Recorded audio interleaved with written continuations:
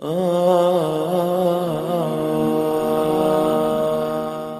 لیے عورت کے منہ میں ڈسچارج ہونا یہ بالکل حرام ہے، ناجائز ہے، گندگی ہے، اسلام میں اس کی قطعاً اجازت نہیں ہے۔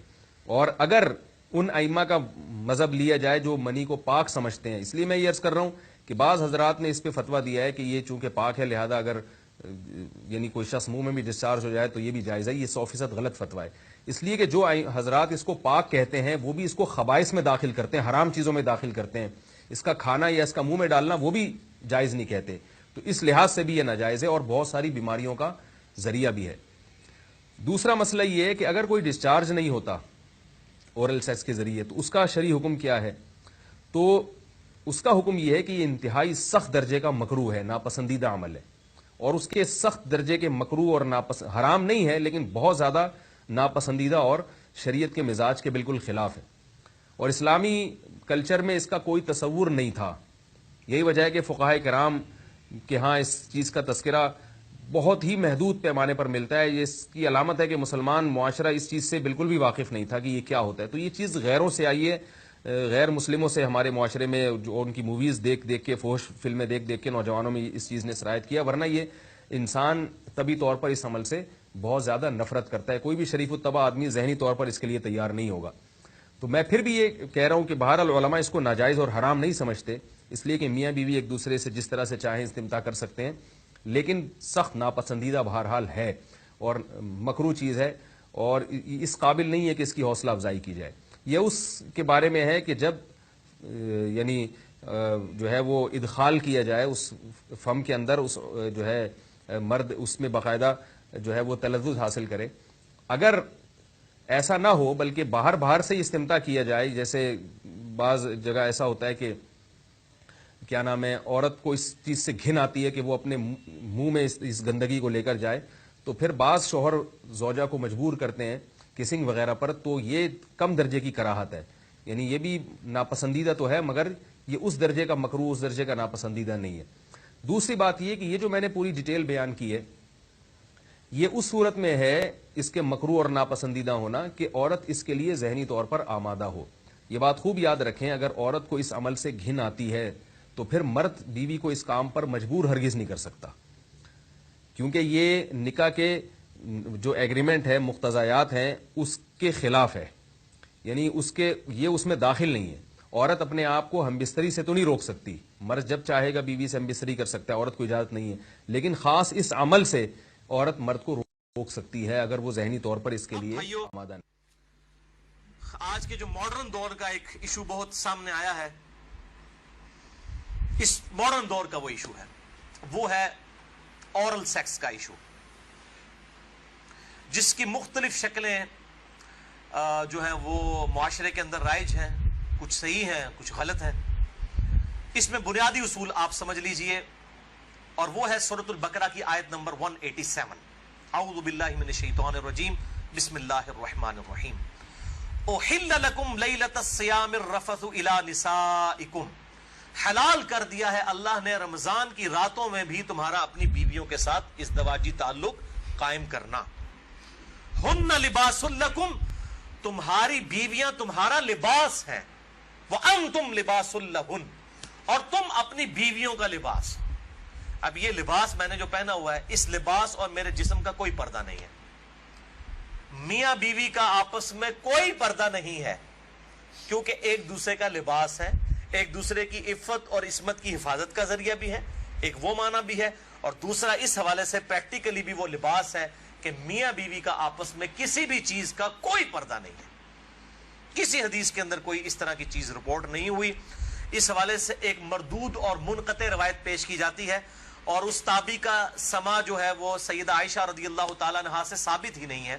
سنن ابن ماجہ میں حدیث ہے 1922، مشکات میں 3123 ہے، لیکن مردود روایت ہے، منقطع ہے، کہ اما عائشہ رضی اللہ تعالیٰ عنہ کا بیان ہے کہ میں نے نبی صلی اللہ علیہ وسلم کی شرمگاہ کبھی نہیں دیکھی، لیکن یہ روایت ہی ضعیف ہے جس کی بنیاد کے اوپر لوگوں نے اورل سیکس کے حوالے سے عجیب و غریب فتوے دیے اور کہا کہ جی میاں بیوی ایک دوسرے کی شرمگاہ کو نہیں دیکھ سکتے، یعنی وہ کہتے ہیں دیکھ ہی نہیں سکتے، اگلی بات تو آپ چھوڑ ہی دیں۔ تو یہ حدیث ہی بالکل جو ہے وہ منقطع ہے اور مردود روایت ہے جس کی بنیاد پہ یہ पूरे का पूरा एक स्कूल ऑफ थॉट खड़ा किया हुआ है।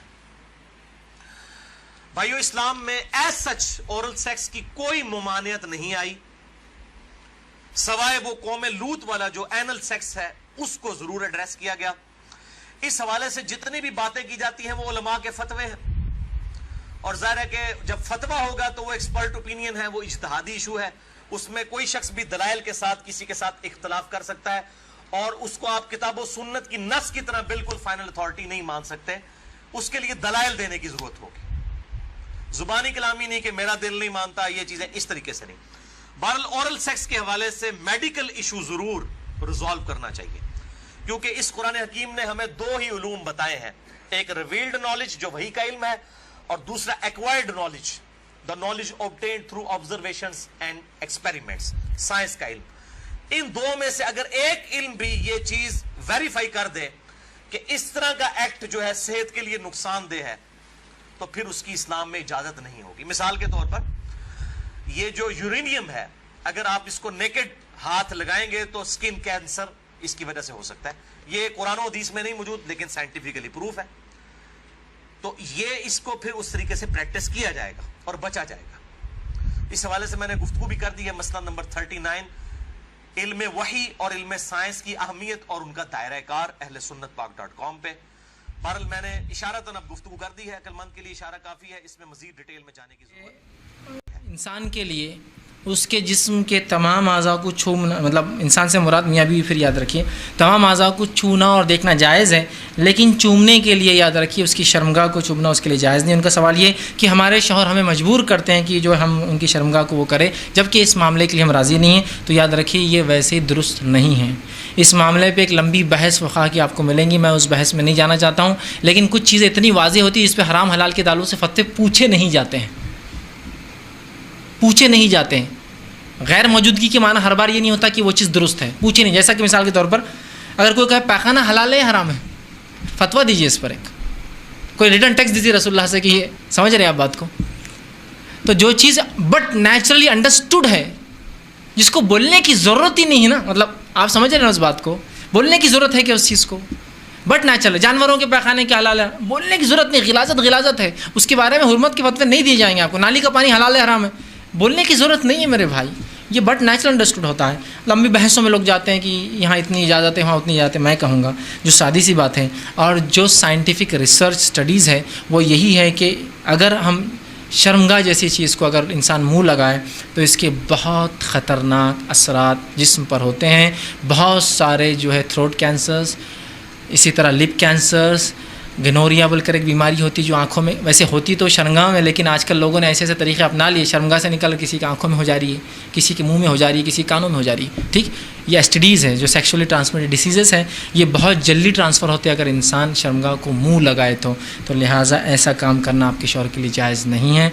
आप उनको समझाइए, आप उनको मनाइए और इस चीज़ को एक्सप्लेन कीजिए। उन्होंने कहा कि वो मेरी लाख ना मौजूद, मतलब ना चाहने के बाद भी ऐसा करते हैं, तो आपकी कराहत पे उन्होंने अमल करना चाहिए। और इस चीज़ को देखिए, एक चीज़ कभी जायज़ होती है लेकिन अगर वो पसंद ना करे तो वो भी इस्लाम में दुरुस्त नहीं। जायज़ है लेकिन अभी दिल नहीं है किसी का, तो भी वो दुरुस्त नहीं है। तो इस तरह से करना तो बिल्कुल शरन दुरुस्त नहीं है, तो लिहाजा आप उनको रोके, उनको टोके। लेकिन बहरहाल फिर भी अगर आप मजबूर कर दी जाए तो मुख्तलिफ़ तरीक़े आपके पास है, आप उस चीज़ से निकल सकते हैं। मैं समझता हूँ हर चीज़ समझाना मेरे लिए ज़रूरी नहीं है, कभी दाँत तेज़ भी हो जाते हैं, कभी जो है कुछ भी हो सकता है। बहरहाल तो उसे भी चाहिए कि एहतियात करे, बहरहाल मतलब इंसान है, होता है कभी। बहरहाल तो आप ज़्यादा होशियार है, किसी नौकर को अगर ज़्यादा काम दिया जाए तो वो क्या करता है ना, मानो ना, कभी चीज़ को फेंक देता है, तो आइंदा बोलते हैं इसको ज़्यादा मत दो, फेंक देता ही। तो यू हैव आपके पास बहुत से रास्ते हैं, अगर निकलना चाहे तो बहरहाल बहुत चीज़ें हैं। बहरहाल आप कोशिश करें तो क्या कुछ आपके पास नहीं है। बहरहाल समझ जाइए मेरा इशारा, तो बहुत चीज़ें हो सकती हैं।